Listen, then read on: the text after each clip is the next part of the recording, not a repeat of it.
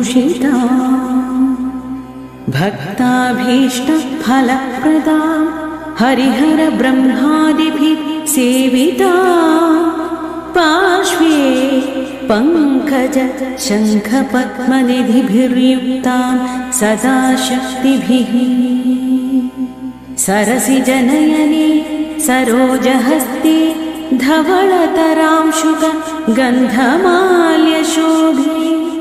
भगवति हरिवल्लभे मनोज्ञे त्रिभुवनभूतिकरे प्रसीद मह्यम्। महाकन्या सरस्वती महालक्ष्मीर्महाकाली नित्यानन्दा नित्यबोधा नादिनी जनमोदिनी वागीश्वरी सिद्धलक्ष्मी क्रिया